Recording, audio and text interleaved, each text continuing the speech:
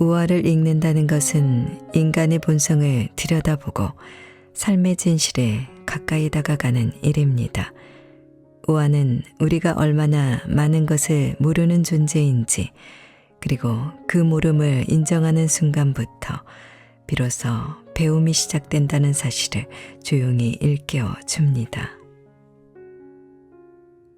안녕하세요. 책기존날입니다. 오늘 소개할 책은 누시아 작가의 신이 쉼표를 놓은 곳에 마침표를 찍지 말라입니다. 인도는 우화의 나라라고 불릴 만큼 오랜 세월 이야기를 통해 진리를 전해온 문화입니다. 명상과 요가로 인간의 내면을 탐구해온 그들은 진리의 이야기라는 옷을 입혀 세대를 넘어 가르침을 전해왔습니다.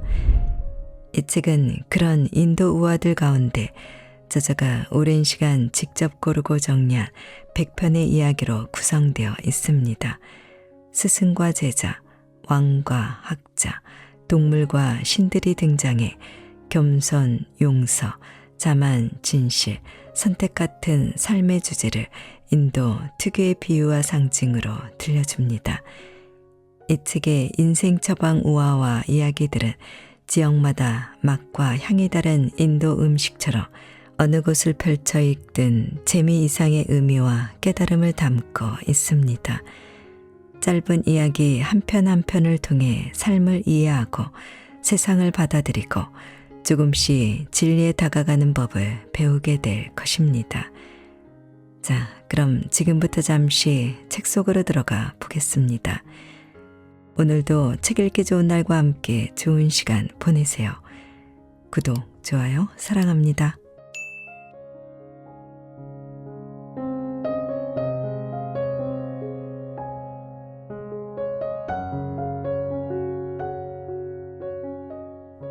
바보가 되려면 큰 바보가 되라. 어느 밀림 속에서 다양한 동물들이 서로 도와가며 사이좋게 살고 있었다. 불필요한 의견 충돌이나 다툼 없이 밀림 속 상황과 바깥 세상에 대한 소식을 알려주며 평화롭게 지냈다. 어느 날 사소한 충돌이 일어나기 전까지는 사건은 호랑이가 당나귀와 대화를 나누면서 우연히 시작되었다. 처음에는 두 동물은 이런저런 일상사에 대해 이야기를 주고받았다. 그러다가 둘은 갑자기 풀의 색깔에 대해 논쟁을 벌이기 시작했다. 그 논쟁이 어떻게 촉발되었는지 아는 이는 아무도 없다. 다만 당나귀가 먼저 한 어떤 말에 짜증이 난 호랑이가 풀은 초록색이야 하고 큰 소리로 외치는 것이 들렸을 뿐이다. 당나귀는 모두가 깜짝 놀랄 정도로 더 큰 소리로 외쳤다. 아니야, 풀 색깔은 파란색이야. 그 초록색, 아니야, 파란색. 초록색이라니까, 파란색이라니까 하고 연거푸 고성이 오갔고 시간이 가도 논쟁은 멈추지 않았다.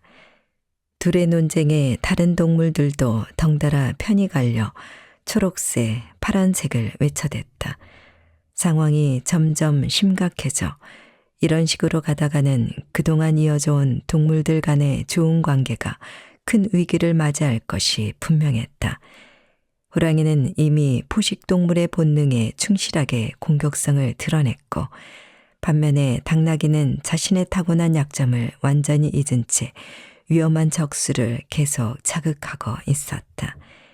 일촉즉발의 상태였다. 마침내 동물들은 밀림의 왕 사자를 찾아가 판결을 내려달라고 부탁했다.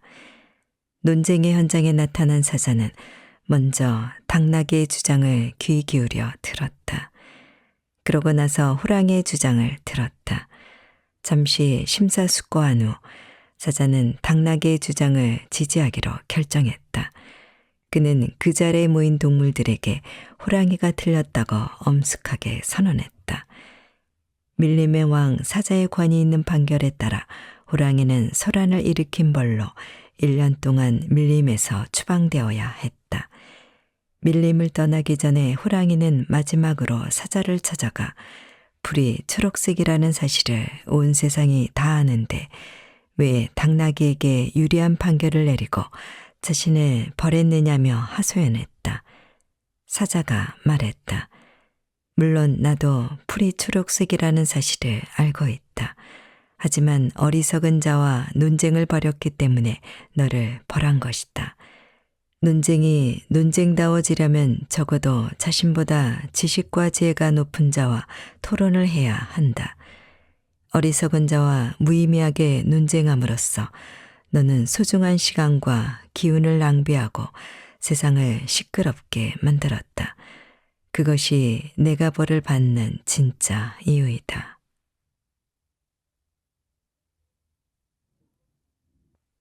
원숭이가 공을 떨어뜨린 곳에서 다시 시작하라. 영국인들의 인도 식민 지배 시절에 일어난 일이다. 인도를 손에 놓고 사업이 정착하자 영국인들은 식민지에서의 골치 아픈 생활도 있고 여가도 즐길 겸 콜카타 외곽에 노열 콜카타라는 인도 최초의 골프장을 만들었다. 초록색 잔디가 잘 가꿔진 멋지고 아름다운 골프장이었다.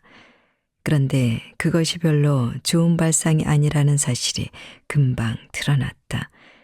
그 지역에 집단으로 거주하는 원숭이들이 문제였다.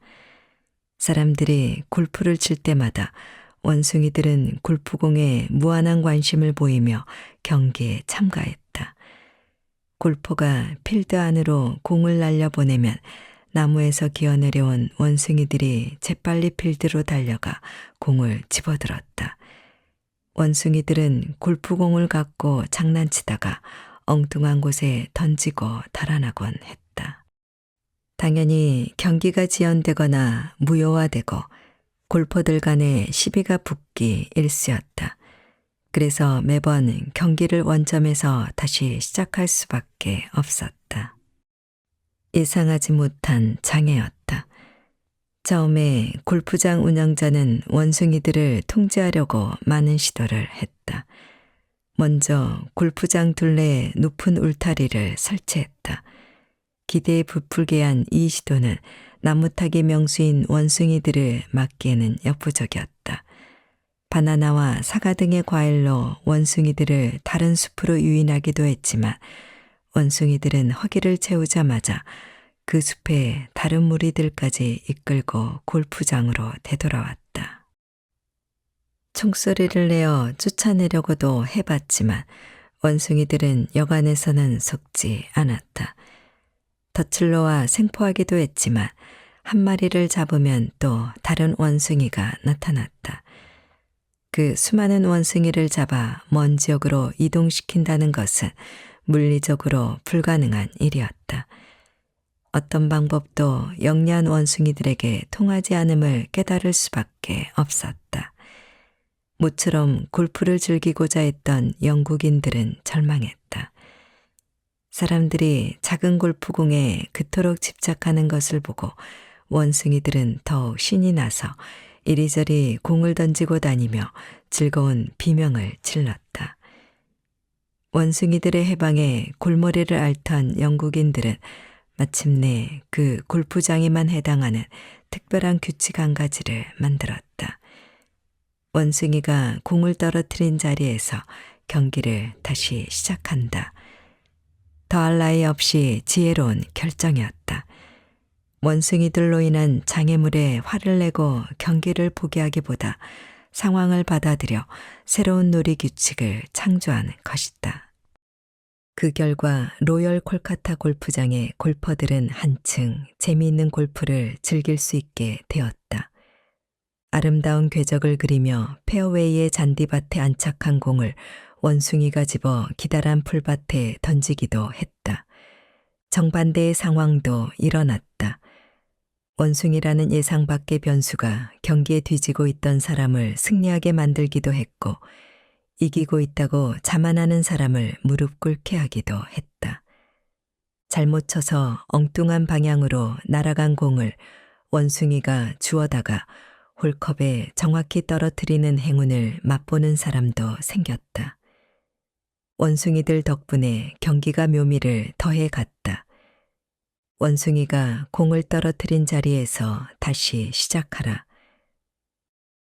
삶에서 일어나는 일들이 이 특별한 골프장에서 일어나는 일들과 별반 다르지 않음을 사람들이 깨닫는데 오래 걸리지 않았다. 좋은 운도 있고 나쁜 운도 있다. 삶이라는 놀이의 결과를 완전히 통제하는 것은 불가능하다.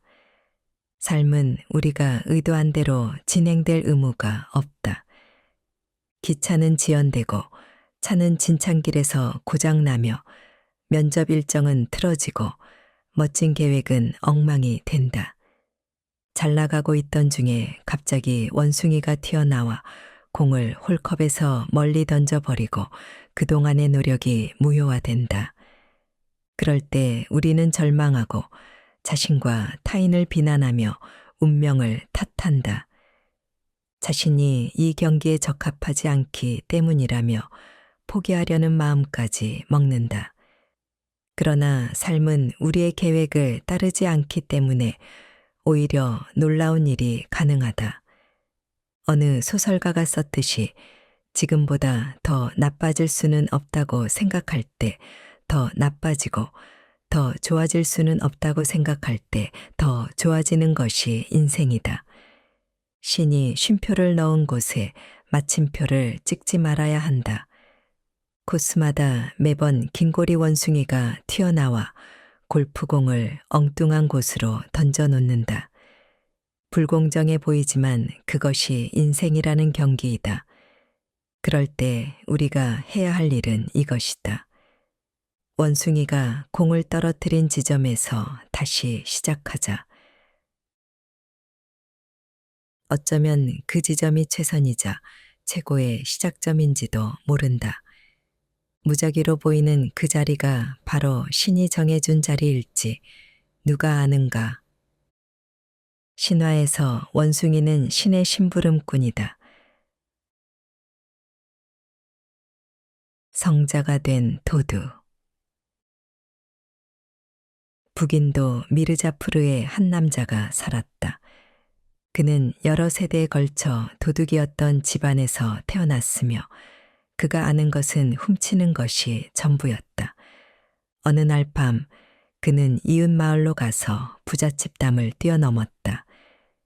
그런데 소득을 올리기도 전에 집주인에게 발각되었고 초르, 초르, 도둑이야, 도둑이야 하고 외치는 소리에 놀라 전속력으로 달아났다.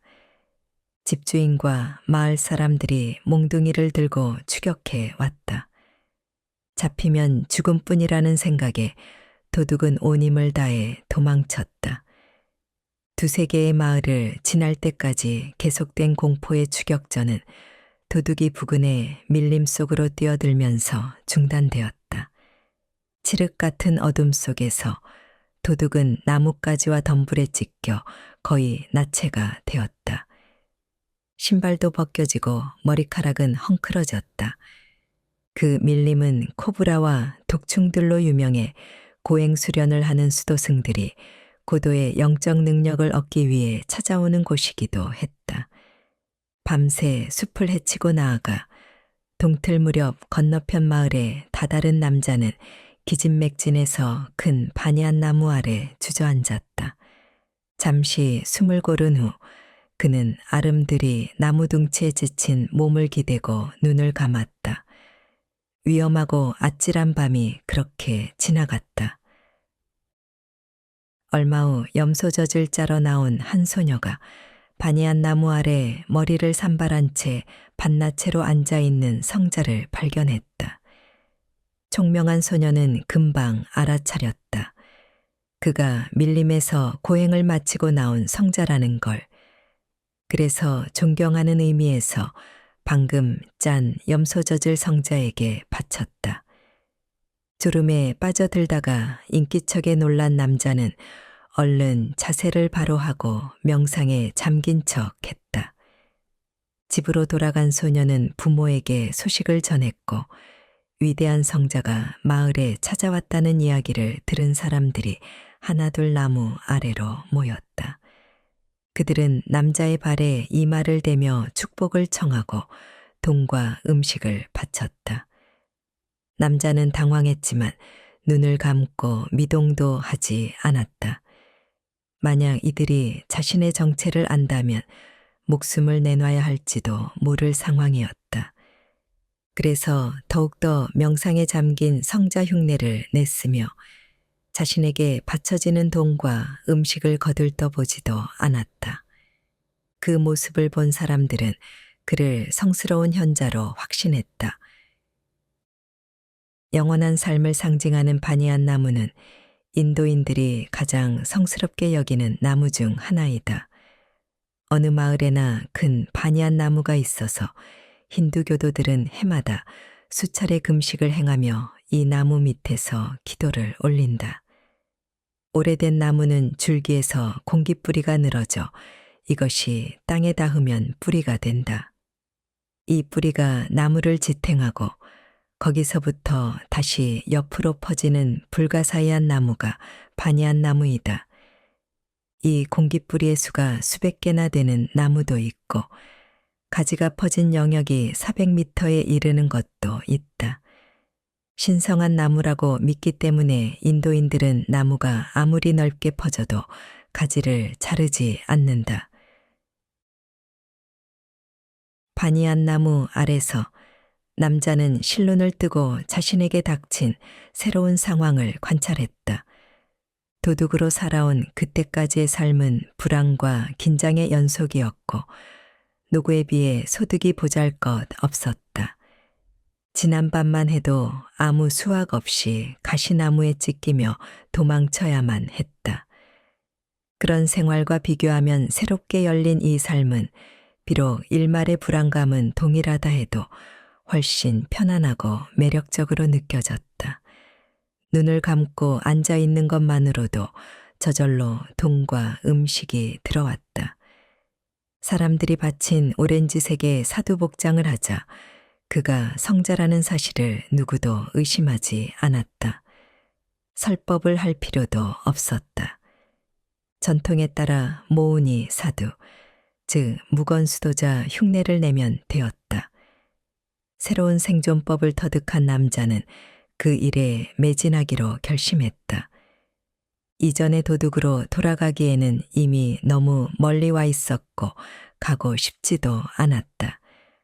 사람들은 자신들의 마을을 찾아준 위대한 성자에게 정성을 다했고 북은 마을까지 소문이 퍼져 날마다 더 많은 이들이 축복을 받으러 왔다. 자신에게 찾아온 행운을 마냥 기뻐할 수만은 없었다. 한 번의 실수로 정체가 탄로나기라도 하면 모든 것을 한꺼번에 잃을 수 있다는 생각에 한순간도 집중을 흐트릴 수 없었다. 다행히 오랫동안 도둑으로 살아왔기 때문에 기민하게 깨어있는 데는 일가견이 있었다. 작은 기척과 움직임도 놓치지 않고 자각하는 것이 그의 전문이었다. 또한 도둑답게 자신의 모든 행동에도 예민하게 깨어 있었다. 그의 이런 특성들은 뛰어난 수행자에게도 요구되는 사항들이었다. 미천한 정신세계를 들키지 않도록 남자는 최선을 다했다. 감은 눈꺼풀 위로 드러날까봐 눈동자를 굴리지도 않았으며 누가 어떤 질문을 해도 평화로운 미소로 답했다. 침묵 성자의 명성은 마을들을 넘어 온 나라에 퍼졌다. 사업가와 권력자와 유명 인사들까지 축복과 침묵의 조언을 받기 위해 찾아왔다. 그러나 남자는 자신이 원래 도둑이며 미천한 자라는 사실을 망각하지 않았다. 다시 밑바닥 삶으로 돌아가지 않기 위한 유일한 길은 혼신을 기울여 성자 흉내를 내는 길밖에 없었다. 이제 그는 꽃과 재물 따위에는 관심이 없었다. 이것은 생사가 달린 일이었다. 눕지도 않았고 최소한의 신체적인 욕구 해결에 만족했으며 가짜 성자라거나 심지어 도둑일지 모른다는 비난의 말에도 흔들리지 않았다. 어떤 상황에서도 자비의 미소를 잃지 않는 그를 보며 사람들은 전율했다. 도둑의 발 아래 모인 이들은 어리석은 사람들의 행렬일 수도 있었다. 하지만 무엇인가가 조금씩 남자의 내면을 채우기 시작했다. 성자인 채아는 가식만이 아닌 무엇인가가 태양과 구름과 우기의 빗줄기가 여러 해 지나가자 바니안 나무의 공기뿌리들이 더 늘었다. 그것들은 전보다 더 신성한 색채를 띠었다. 그렇게 여러 해에 걸쳐온 존재를 다해 성자 연기를 한 결과 남자는 정말로 성자가 되어 갔다. 불안감이 사라지고 마음이 고요해졌으며 생존에 대한 두려움도 없어졌다. 더 이상 성자 흉내를 낼 필요조차 없었다. 그의 존재 자체가 변화했기 때문이다. 그렇게 그는 길고 긴 무지와 어둠에서 깨어나 새로운 존재의 시작을 맛보았다. 도둑은 사라지고 산트 마하데브, 평화로운 성자가 남았다. 그리고 그것은 이후 바니안 나무가 간직한 하나의 전설이 되었다. 이번 생에서 나는 어떤 연기를 하고 있는가? 지금 내가 무엇을 연기하고 있는지 살펴볼 일이다. 목발 없이 걷기. 숲으로 사냥을 나간 왕이 사냥감을 뒤쫓다가 바위투성이 절벽 아래로 말과 함께 추락했다. 호위대가 황급히 달려왔기에 목숨은 건졌으나 다리에 큰 부상을 입었다. 명의들이 심혈을 기울였지만 결국 한쪽 다리를 못 쓰게 되었다. 목발에 의지할 수밖에 없게 된 왕은 자신의 불구를 인정할 수 없었다. 최고 권력자로서 신하들과 국민 앞에 나약한 모습을 보이기 싫었던 왕은 나라 전체의 포고령을 내렸다. 오늘부터 모든 국민은 목발을 짚고 다닌다. 이를 어기는 자는 사형에 처한다. 다음 날부터 이 왕국은 역사상 유례없는 목발 국가가 되었다. 왕의 장애가 가려지도록 모든 사람이 목발을 짚고 다녀야 했다. 노인과 아이도 예외가 아니었다. 누구든 두 발을 땅에 대는 것이 엄격히 금지되었다. 처음에는 몇몇 진보적인 젊은이들과 저항 세력이 목발을 거부했지만 처형당하거나 추방되었다. 경찰과 군대도 특수훈련을 거듭한 끝에 세상에서 가장 강력한 목발 부대가 되었다. 나라가 자랑하는 미인대회 참가자들도 알록달록한 목발을 짚고 나와 박수갈채를 받았다. 부모들은 자식의 안전과 성공을 위해 갓난아기 때부터 걸음마 대신 목발 짚는 법을 가르쳤으며 학교에서는 목발의 역사와 중요성을 주입했다.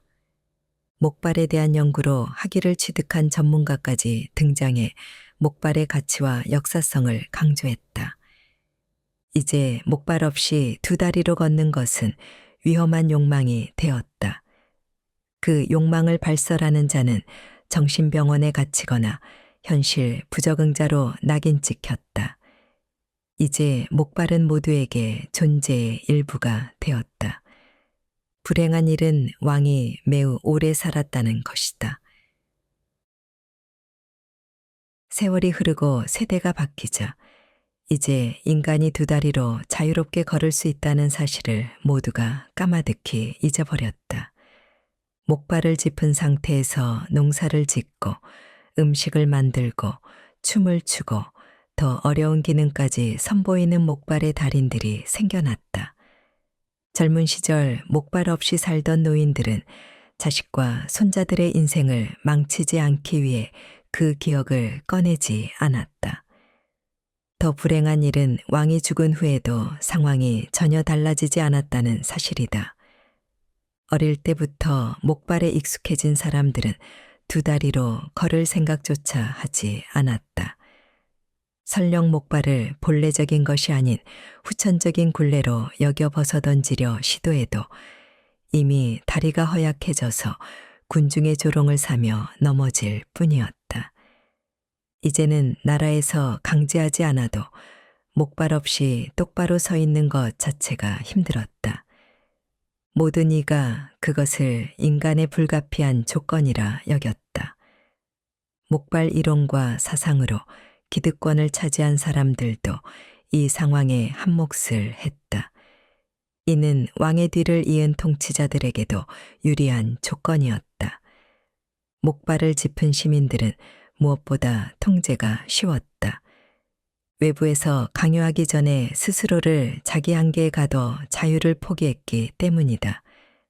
왕의 죽음과 함께 강제 법령이 자연히 폐지되었음에도 불구하고 목발에 의존하지 않는 삶을 말하는 것 자체가 비현실적인 망상으로 비난받았다. 한편 왕이 사냥 중에 절벽으로 추락한 지점에서 그리 멀지 않은 곳에 한 사람이 살고 있었다. 그는 일찍이 목발의 부당성과 어리석음을 깨닫고 숲으로 들어와 살기 시작했다. 가난하고 위험한 생활이었지만 온전하게 걷는 기쁨을 안전이 보장된 삶과 맞바꾼 것이다. 그의 행복은 목발에 의존하지 않고 숲을 거니는 일이었다. 그에게 그것은 기쁨 자체였고 신의 축복이었다. 목발에 대한 환멸, 두 다리로 온전히 걷는 기쁨이 그를 세상과 거리를 두게 했다. 가끔 생필품을 구하기 위해 도시로 내려갈 때만 목발을 사용했으며 왕이 죽자 그 즉시 목발을 불 속에 던져버렸다. 두 발로 자유롭게 걷는 것을 보고 사람들은 그를 세상을 현혹하는 인물로 여겼다. 그의 자유로움은 굴레에 적응된 이들에게는 무언의 위협이었다. 목발 짚은 이들은 드러내놓고 적대감을 표시하거나 목발을 쓰라고 강요했다. 하지만 그는 개의치 않았다. 오히려 연민을 느꼈다. 그들을 그렇게 만든 것은 이미 사문화된 왕의 명령이 아니라 그들 마음 깊이 뿌리내린 고정관념임을 남자는 알고 있었다. 목발에 익숙해진 나머지 목발 없는 삶을 상상할 수 없게 된 것이다. 어느 날 이 현자의 거처로 젊은이 몇 명이 찾아왔다. 허약한 하체와 빈약한 폐활량을 때 묻은 목발에 의지한 채 그들은 부탁했다. 두 다리로 걷는 법을 가르쳐 주십시오. 당신처럼 자유롭게 걸으며 살고 싶습니다. 그는 말했다. 나는 특별한 진리나 비법을 아는 사람이 아니다. 그저 목발을 집어던지고 두 다리로 걷는 사람일 뿐, 그 이상도 이하도 아니다. 그대들도 나처럼 목발을 내려놓으면 된다. 나에게 배울 것은 아무것도 없다. 그것은 쉽고 간단한 일이다. 젊은이들이 다시 말했다. 목발에서 벗어나는 것은 어려운 일입니다. 이제는 목발과 한 몸이 되어 있어서 자유가 한순간에 가능하지 않습니다. 부디 저희를 제자로 받아들여 주십시오. 목발의 허구와 환상을 깨닫고 싶습니다.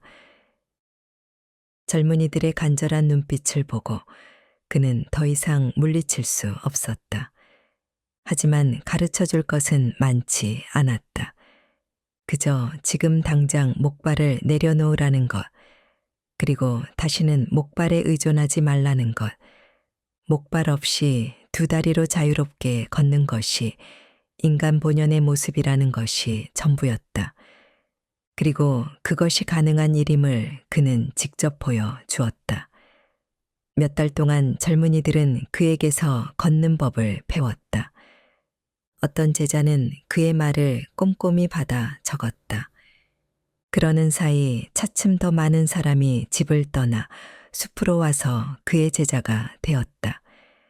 고행과 금욕을 실천하며 목발 없이 걷는 수련을 하고 계율과 교리를 만드는 이들도 있었다. 현자가 세상을 떠날 때까지 그렇게 수만 명의 추종자들이 목발에서 해방되는 법을 배웠다. 전설까지 가미된 그의 생애가 책으로 만들어졌으며 그가 한 말들은 중요한 경전이 되었다. 그의 사후에 사람들은 목발에서 벗어나기 위한 특별 수련법과 기도문을 개발했으며 그가 살던 숲속 오두막 순례도 필수였다. 이들을 따르는 사람에게는 사후 세계에서의 보상까지 약속되었다. 그 보상은 다름 아닌 목발 없이 자유롭게 걷는 내세의 삶이었다. 한 가지 미스터리로 남은 것은 이 수많은 추종자 중에 초기의 몇몇 사람을 제외하고는 목발을 내던지고 자유롭게 걷는 사람을 찾기 힘들었다는 점이다. 그들은 매주 기도회를 열고 경전을 암송하고 목발교 창시자를 찬양했지만 여전히 모두 목발을 짚은 상태였다. 군중 앞에서 설교하는 지도자들도 목발을 짚고 있기는 마찬가지였다. 오히려 이 무리에 합류하지 않은 사람들 중에 자유로워진 이들이 더 많았다. 그들은 목발의 어리석음을 깨닫고 그 자리에서 집어던진 사람들이다. 하지만 목발교 추종자들은 자신들의 교리와 가르침 밖에서는 진정한 자유를 실현할 수 없다고 주장했다. 그들이 가장 중요하게 여기는 성스러운 물건은 황금 유리관에 소장된 현자가 불 속에 던져버렸던 타다 남은 목발의 잔해였다. 황금 자루. 시바신이 아내 파르바티 여신과 함께 자신들의 거처인 카일라스 히말라야 정상에서 세상을 내려다보고 있었다. 시바신의 엄격한 성격을 잘 아는 파르바티는 그의 부드러운 면을 이끌어내려고 언제나 노력했다. 시바신은 세상 일의 거리를 두고 주로 명상에 잠겨 있는 시간이 많았기 때문에 지상의 인간들이 겪는 사소한 일들을 살펴 시바신에게 알려주는 일은 파르바티의 역할이었다. 파르바티는 시바신에게 말하곤 했다. 당신은 인간들의 고통에 대해 거의 관심을 갖지 않아요. 그들의 기도를 무시하는 것은 옳지 않아요. 세상에는 먹을 것조차 없는 사람들이 많아요. 이날도 파르바티는 인간계를 내려다보면서 각각의 인생에 던져지는 도전들과 그것들에 대한 사람들의 다양한 반응에 깊은 인상을 받았다. 지상에서 인간 존재로 살아간다는 것은 결코 쉬운 일이 아니었다. 파르바티의 성화에 못 이겨 시바신도 그녀의 시선으로 인간들이 끝없이 겪어야 하는 고통스러운 경험들을 내려다보았다. 자의 어린 눈으로 인간 세상을 관찰하다가 파르바티는 지친 발걸음으로 흙먼지 길을 걷고 있는 한 가난한 남자의 모습을 발견했다. 옷은 남루하고 수심 가득한 얼굴은 아픈 사람처럼 수척했다. 뜨거운 태양이 그를 더욱 힘들게 했다. 더 이상 삶을 견딜 수 없을 정도로 궁핍하고 지치고 의지할 데 없음을 알 수 있었다. 파르바티의 가슴은 연민심과 동정심으로 가득해졌다. 그 남자의 힘겨운 삶에 마음이 이끌린 파르바티는 시바신에게 고개를 돌려 그 남자에게 약간의 재물을 선물하자고 간청했다. 저 불운한 남자의 고뇌를 봐요. 선한 마음으로 지금까지 얼마나 힘겹게 삶을 버텨왔을지 그를 위해 우리가 뭔가를 할 수 있지 않을까요? 더 늦기 전에 그의 고통을 조금이나마 덜 수 있도록 그에게 약간의 황금을 던져주면 어떨까요? 그러면 저 남자가 얼마나 행복해 할까요? 파르바티의 말을 들으며 시바신은 한동안 남자를 지켜보았다. 그러고는 말했다. 사랑하는 부인, 당신이 원한다 해도 그렇게는 할 수 없소. 파르바티가 놀라서 물었다. 뭐라고요? 그게 무슨 말이에요? 당신은 우주를 관장하는 신이에요. 그런데 이 간단한 일을 할 수 없는 이유가 뭐예요? 시바 신이 말했다. 내가 무엇을 준다 해도 그는 받아들이지 않을 거요. 그러니 아무 소용이 없소. 그는 아직 신의 선물을 받아들일 준비가 되어 있지 않소. 파르바티가 화가 나서 소리쳤다. 그래서 당신은 그가 걸어가는 길 앞에 황금 자루 하나를 떨어뜨려 주는 일조차 할 수 없다는 뜻이에요. 그렇다면 신이 가진 전지전능한 능력이 무슨 의미가 있죠?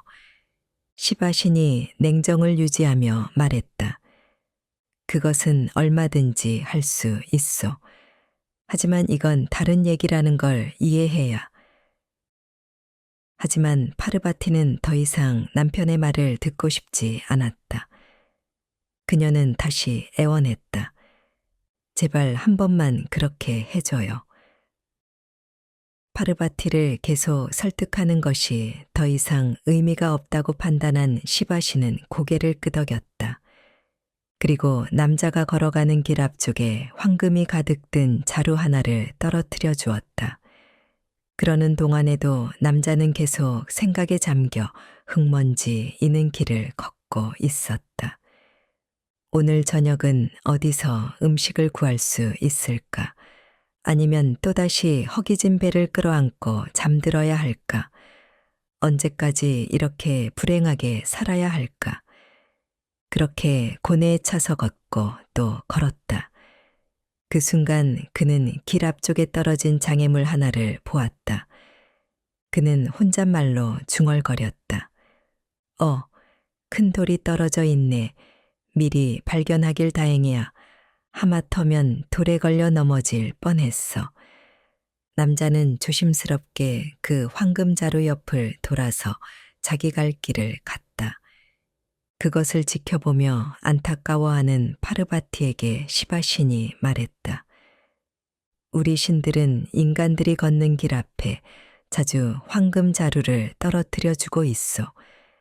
그러나 그들은 그것을 단지 장애물이나 시련으로 여기고 안을 열어 보려고도 하지 않소. 그것이 황금인 것을 알면 삶이 달라질 텐데 말이오.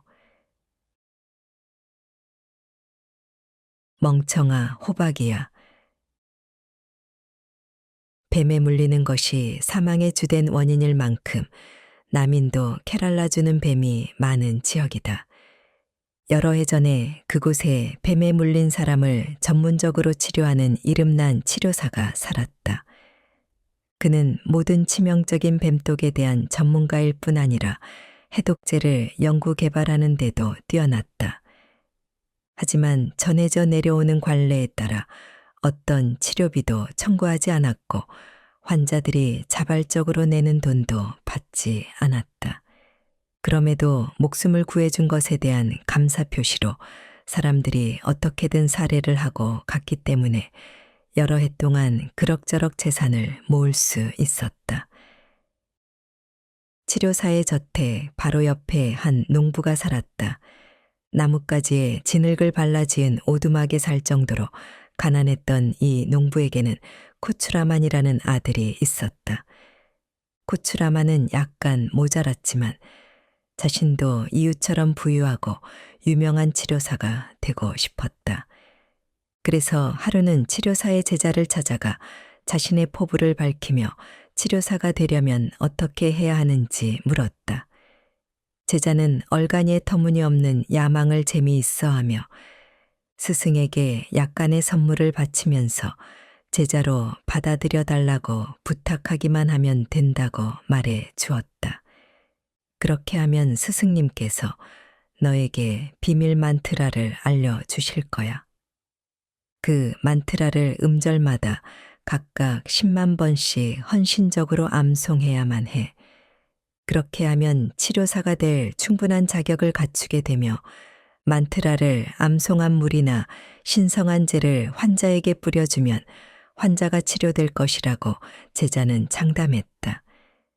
코추라마는 치료사가 되는 것이 그토록 쉽다는 말을 듣고 크게 기뻐했다.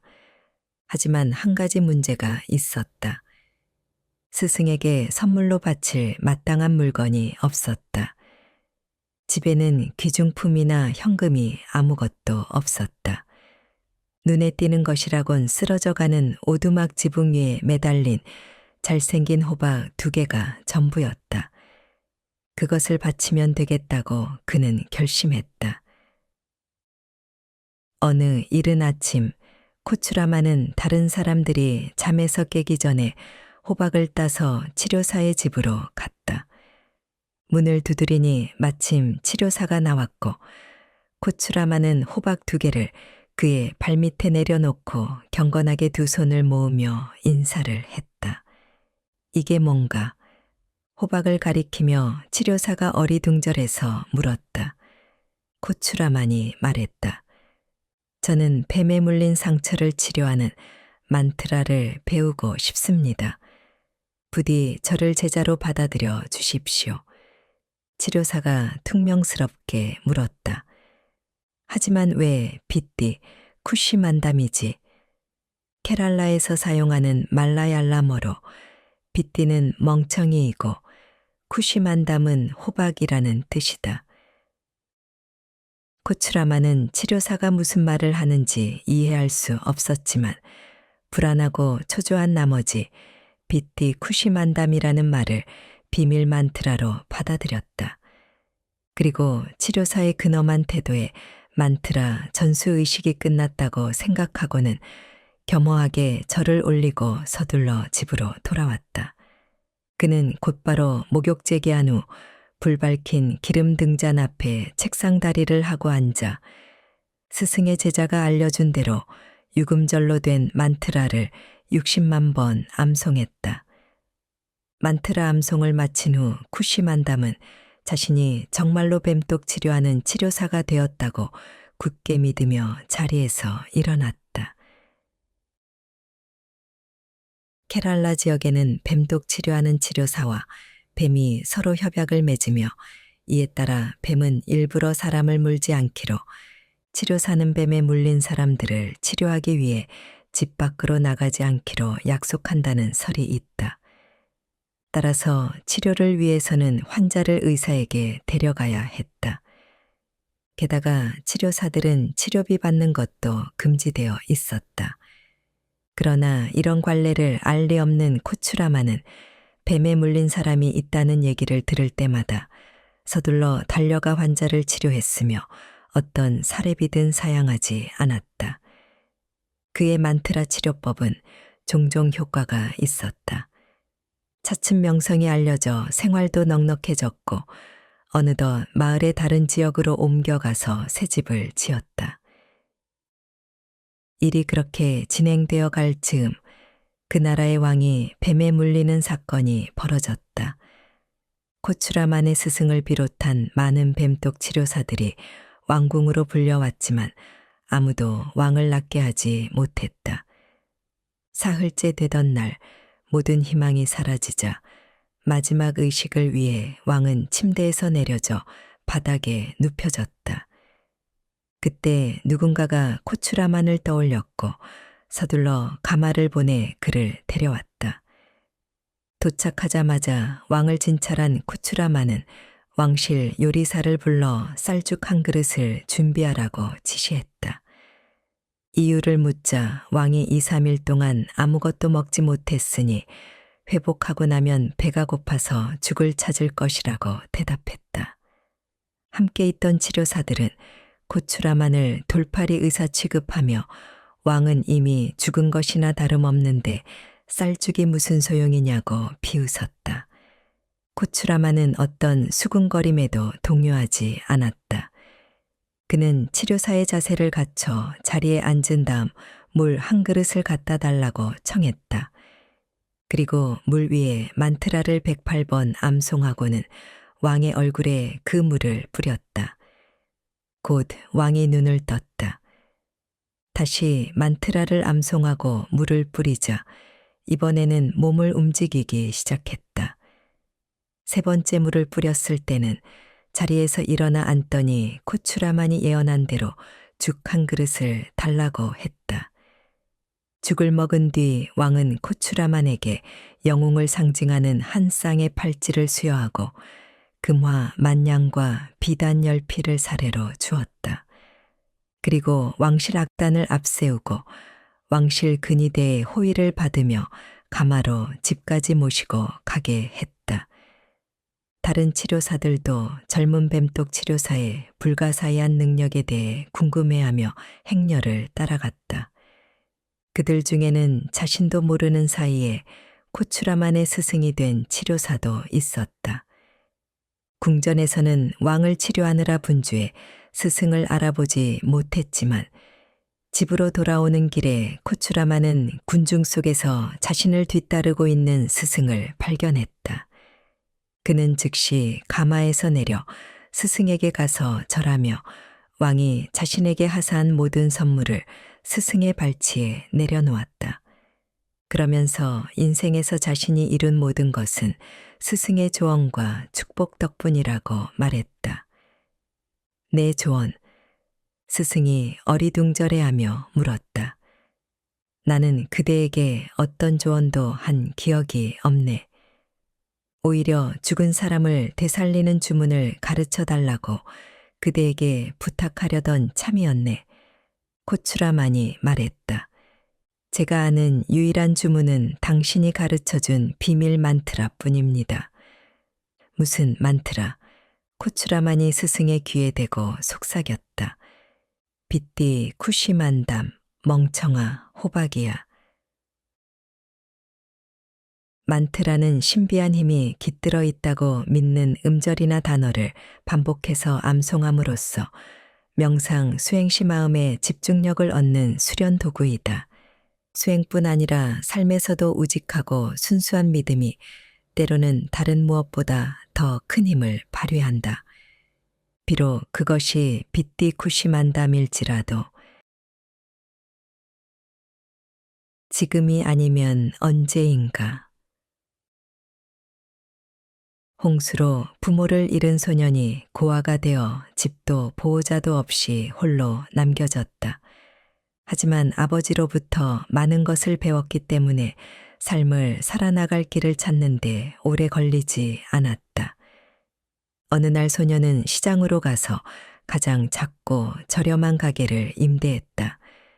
그리고 자신이 가진 적은 돈으로 종이와 펜을 샀다. 그런 다음 가게 입구에 지혜를 팝니다 라는 팻말을 세워 놓았다. 물건과 생필품을 사러 온 사람들은 그 가게를 지나면서 소년을 비웃었다. 만약 네가 지혜롭다면 왜 그런 낡은 옷을 입고 손바닥만 한 가게에 앉아 있지? 하지만 소년은 흔들리지 않았다. 가게에 앉아 손님이 오기를 참을성을 갖고 기다렸다. 하루는 큰 상인의 아들이 지나가다가 지혜를 판다는 말에 호기심을 느꼈다. 그는 부자였지만 또한 어리석었다. 소년이 무엇을 팔고 있는지 이해조차 하지 못했으며 지혜가 먹을 수 있거나 만질 수 있는 것이라고 생각했다. 그는 소년에게 킬로그램당 가격이 얼마인지 물었다. 소년이 설명했다. 지혜는 무게 단위로 팔지 않아요. 지혜는 가치로 팔아요. 상인의 아들이 1루피를 내며 말했다. 무슨 말인지 알겠어. 1루피 어치에 지혜만 줘. 소년은 1루피를 주머니에 넣고 상인 아들에게 앉으라고 했다. 그리고 진지한 눈으로 그의 얼굴을 바라보다가 하늘을 쳐다보았다. 그런 다음 종이 한 장을 꺼내 심호흡을 하고 잠시 눈을 감았다가 뜨고는 문장 하나를 적었다. 두 사람의 싸움을 구경하는 것은 지혜롭지 못하다. 상인의 아들은 무척 흥분해 지체 없이 집으로 달려갔다. 아버지에게 자신이 구매한 놀라운 것을 얼른 보여주고 싶었기 때문이다. 아버지는 아들이 들고 온 종이 쪽지에 적힌 글귀를 보고는 자신의 눈을 믿을 수가 없었다. 그것은 자신이 상상할 수 있는 한계를 넘어서는 일이었다. 어떻게 자신이 이런 멍청한 자식을 낳았을까? 화가 난 상인은 아들에게 누가 그 쓸모없는 종이나 불행이를 일루피에 팔았는지 물었고, 아들이 한 소년의 지혜를 파는 가게에 대해 이야기하자 즉시 그곳으로 달려갔다. 그는 소년에게 호통을 치며 자신의 아들이 아무 가치 없는 종이 나부랭에 지불한 일루피를 즉각적으로 환불해 달라고 큰 소리로 요구했다. 그러면서 소년을 사기꾼이라고 외치며 종이 쪼가리를 소년에게 집어던졌다. 소년은 침착하게 돈을 돌려주겠다고 약속했다. 하지만 그 전에 종이 조각뿐만 아니라 자신이 판 상품을 돌려줘야만 한다고 설명했다. 상인이 방금 물건을 돌려줬다고 우기자 소년은 자신이 돌려받은 것은 단지 종이 한 장일 뿐 종이와 함께 판지에는 아니라고 재차 설명했다. 소년은 주장했다. 돈을 돌려받고 싶으면 당신 아들이 절대로 내 조언을 사용하지 않을 것이며 두 사람이 싸우는 것을 언제나 지켜보겠다고 적힌 서류에 서명해야 합니다. 상인은 소년에게 아무것도 넘겨줄 마음이 없었기에 점점 더 크게 소리쳤다. 곧 다른 가게 주인들이 주위에 모여들었고 몇몇 손님도 몰려와 소년 편을 들었다. 상인은 서류에 서명하지 않을 수 없었다. 얼마 후 왕의 두 부인의 하녀 2명이 시장에 왔다. 그들은 자신들의 두 여주인처럼 모든 것을 두고 계속 싸웠다. 이날도 그들은 같은 멜론을 서로 사려다가 싸움이 붙었고 그 싸움이 너무 거칠어서 멜론 장수는 겁을 먹고 달아났다. 두 여자는 가게 밖으로 뛰어나와 서로의 머리카락을 잡아당기며 치고받았다. 마침 상인의 아들이 지나가다가 하녀들이 싸우는 소리를 듣고는 아버지가 자신에게 지시한 대로 걸음을 멈추고 그 싸움을 구경했다. 그때 하녀 중 한 명이 상인의 아들을 보고는 자기 편 증인이 되어 달라고 부탁했다. 그러자 다른 하녀도 그에게 똑같은 부탁을 했다. 그들은 다시 소란스럽게 싸우기 시작했지만 불현듯 자신들의 여주인이 기다리고 있다는 사실을 떠올리고 즉시 옷에 묻은 흙먼지를 털고 구입한 물건을 챙겨 서둘러 왕궁으로 돌아갔다. 그들은 각자 자신들의 여왕에게 싸움의 자초지종을 털어놓았다. 여왕들은 당연히 화가 났고 왕에게 가서 불평했다. 하녀들은 또한 싸움을 곁에서 지켜본 증인에 대해 이야기했다. 왕은 신하를 상인의 집에 보내 상인 아들을 데려오라고 명령했다. 목숨을 잃을까 두려워하며 상인과 그의 아들은 작은 가게로 달려가 소년에게 이 불가피한 상황에서 벗어날 방법을 물었다. 소년은 500루피를 내면 지혜 하나를 주겠다고 제안했다.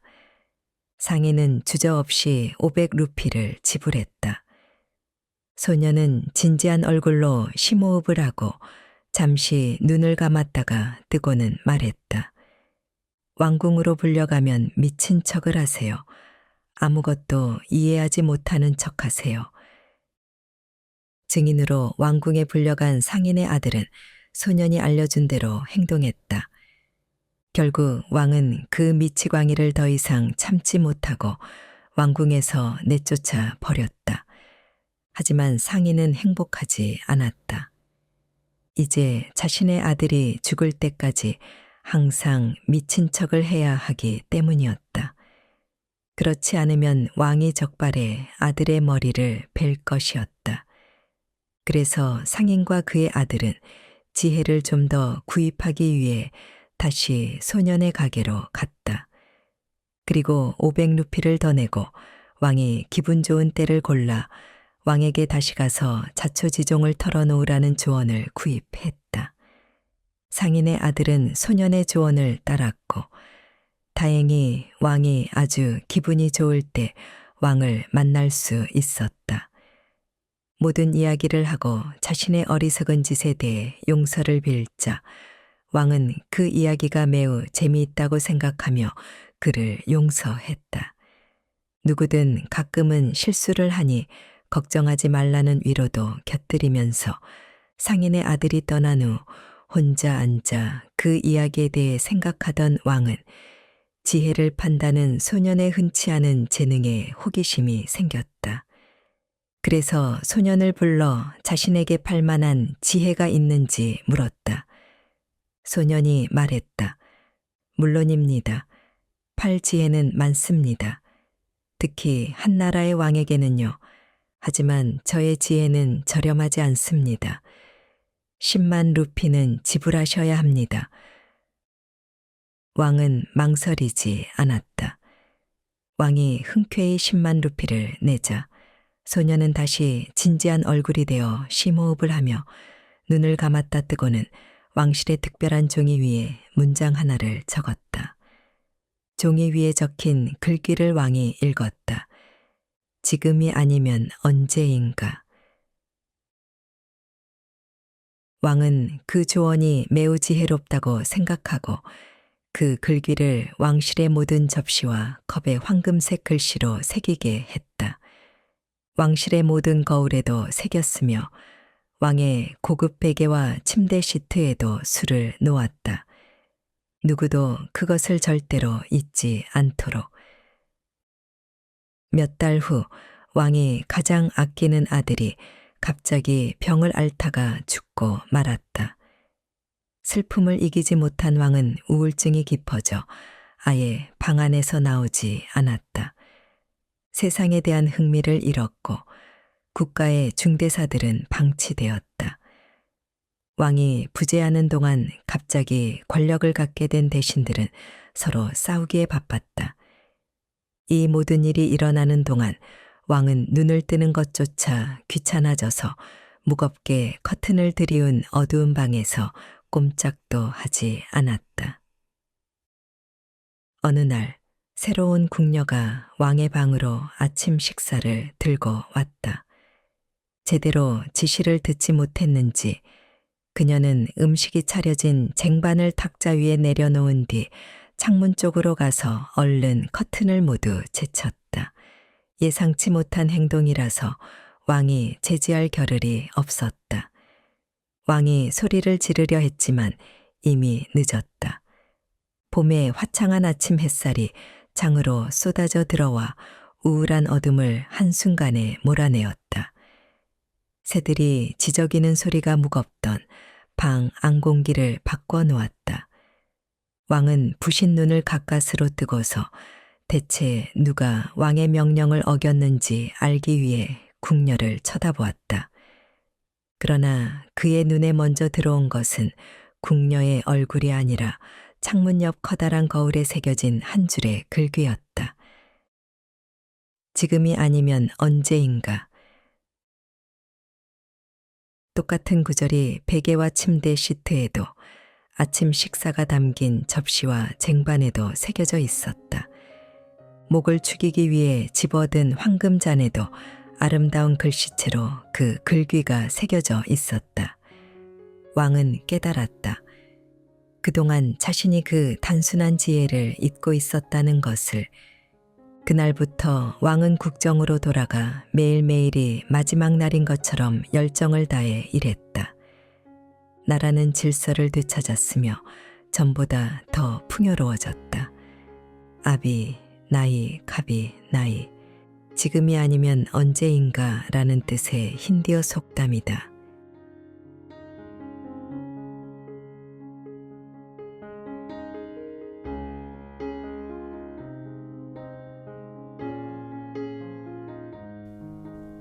책 읽기 좋은 날 오늘은 여기까지입니다.